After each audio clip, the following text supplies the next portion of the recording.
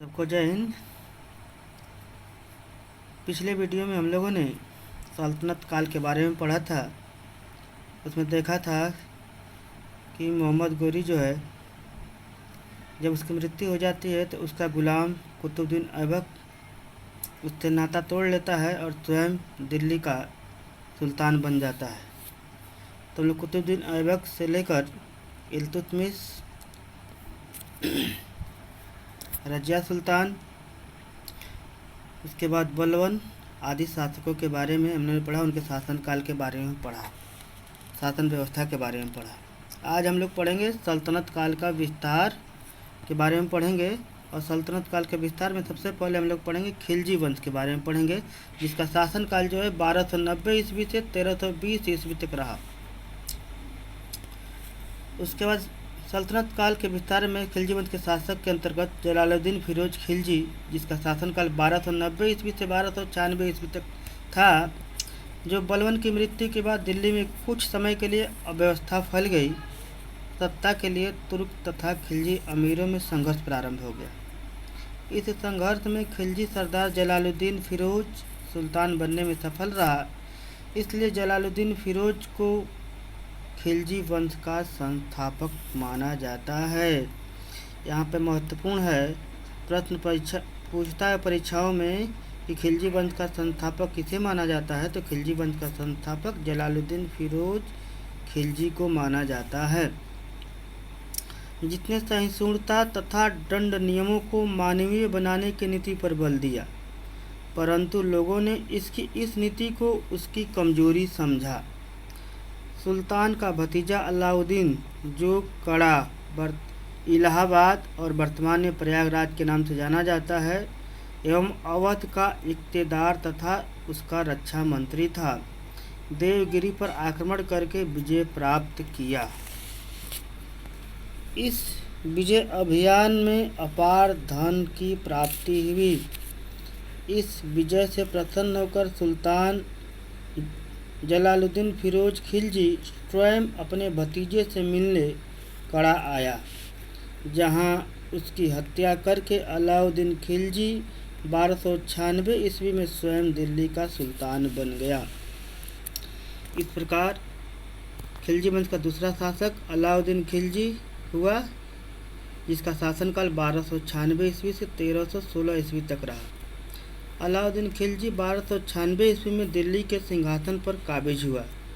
वह महान विजेता, कुशल शासक और चतुर राजनीतिज्ञ था, और वह क्रांतिकारी शासक भी था, जिसने अपने प्रशासन में निम्नलिखित बदलाव किए, जिसके बारे में हम लोग आगे चर्चा करेंगे। तो इसमें सबसे पहला, प्रशासन में राज्य और धर्म का अलगाव जो है, इसके बारे में देखते हैं कि अलाउद्दीन को प्रशासन के मामले में धर्म गुरुओं अर्थात उलेमा का दखल पसंद नहीं था, इसलिए वह शासन संबंधी नियम बनाने में और नियमों को लागू करने में धर्म गुरुओं की बात नहीं मानता था। उसके बाद उसका सबसे महत्वपूर्ण कार्य था सैनिक सुधार।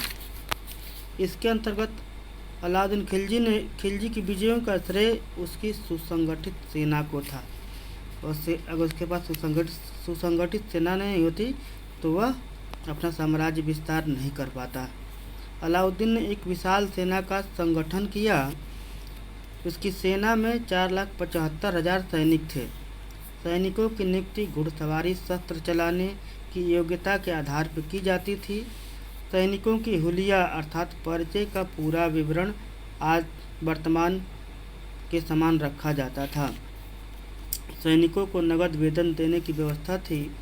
घोड़ों को दाग लगाने की व्यवस्था का प्रचलन प्रारंभ अलाउद्दीन खिलजी ने किया। उसने नए किलों का निर्माण तथा पुराने किलों की मरम्मत कराया। अलाउद्दीन ने साम्राज्य विस्तार के अंतर्गत गुजरात, रणथंभौर, चित्तौड़, उज्जैन, मांडू, धार तथा चंदेरी राजाओं को हराकर अपने राज्य में मिला लिया। अलाउद्दीन के सेनापति, यह प्रश्न पूछता है कि अलाउद्दीन का सेनापति कौन था, तो अलाउद्दीन का सेनापति मलिक काफूर था, जिसने दक्षिण भारत के देवगिरी, तेलंगाना, जिसको वारंगल कहा जाता था, और होयसल राज्यों पर विजय प्राप्त कर सुल्तान की अधीनता स्वीकार करने के लिए विवश किया कि वे सुल्तान को कर देते रहेंगे और उसकी अधीनता स्वीकार करेंगे। अब हम लोग देखेंगे अमीरों तथा सरदारों पर नियंत्रण। हम लोगों ने पीछे देखा था कि जो अमीर और सरदारों का जो समूह था वह हमेशा सत्ता परिवर्तन करता रहता था।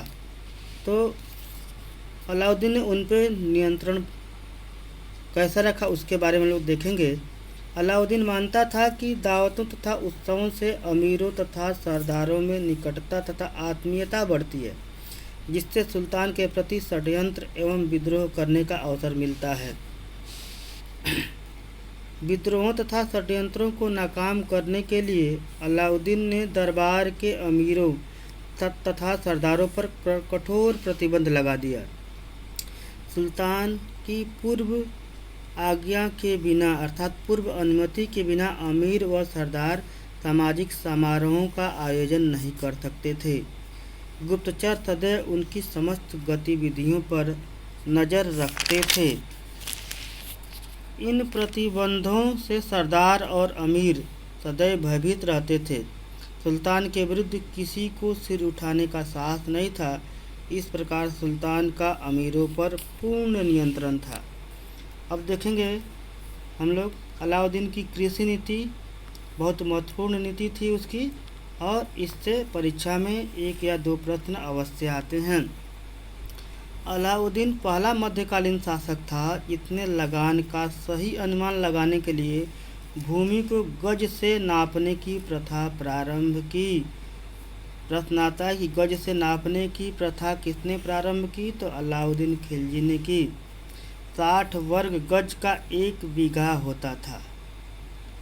ये भी प्रश्न पूछता है कि अलाउद्दीन खिलजी के शासनकाल में कितने वर्ग गज का 1 बीघा होता था? तो 60 वर्ग गज का 1 बीघा होता था।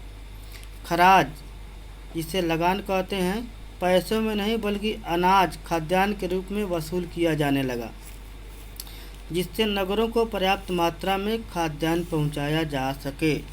अब हम लोग अलाउद्दीन खिलजी के बाजार नियंत्रण के बारे में देखेंगे।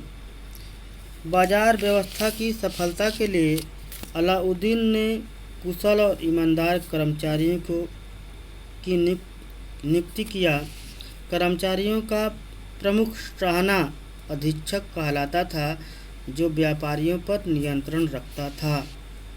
अधिक कीमत या कम माप तौल पर कठोर दंड की व्यवस्था थी। बाजार पर नियंत्रण स्थापित करने के लिए गुप्तचरों की व्यवस्था थी। सुल्तान स्वयं प्रतिदिन बाजार की पूर्ण सूचना प्राप्त करता था। कभी कभी स्वयं भी वस्तुओं के मूल्यों की जांच करता था। सरकारी गोदामों की स्थापना कराया। वर्तमान में हम लोग देखते हैं कि जगह जगह सरकारी गोदाम है और उसमें अनाज का भंडारण किया जाता है, और वह अनाज जो है देश के संकट काल में काम आता है। उसी तरह से अलाउद्दीन खिलजी ने भी अपने शासनकाल में सरकारी गोदामों की स्थापना किया। वह पहला शासक था जिसने सार्वजनिक वितरण प्रणाली की शुरुआत की। वर्तमान समय में जो वितरण प्रणाली है उसी तरह उसने बहुत पहले अपने शासनकाल में सार्वजनिक वितरण प्रणाली की शुरुआत की थी।